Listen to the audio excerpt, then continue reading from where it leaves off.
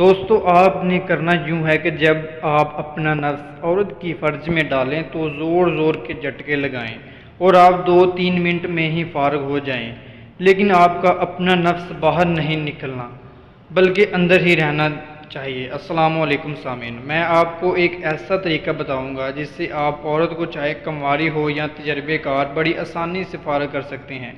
آپ آنٹی کے اوپر بھی چڑھ جائیں گے تو وہ بھی توبہ توبہ کرنے لگے گی۔ دوستو آج کل یہ ایک فیشن بن گیا ہے کہ بڑی عمر کی لڑکیوں سے دوستیاں ہو رہی ہیں۔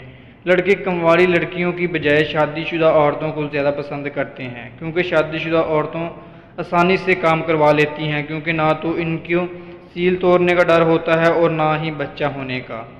لیکن ایک بات ذہن میں رکھیں کہ شادی شدہ عورت کا ٹائم بہت زیادہ ہوتا ہے اور بڑی محنت سے فارغ ہوتی ہے، کیونکہ وہ سیکس کر کے تجربہ کار ہو چکی ہوتی ہے اور فرج بھی کھلی ہو چکی ہوتی ہے۔ لیکن دوستو آپ کو پریشان ہونے کی کوئی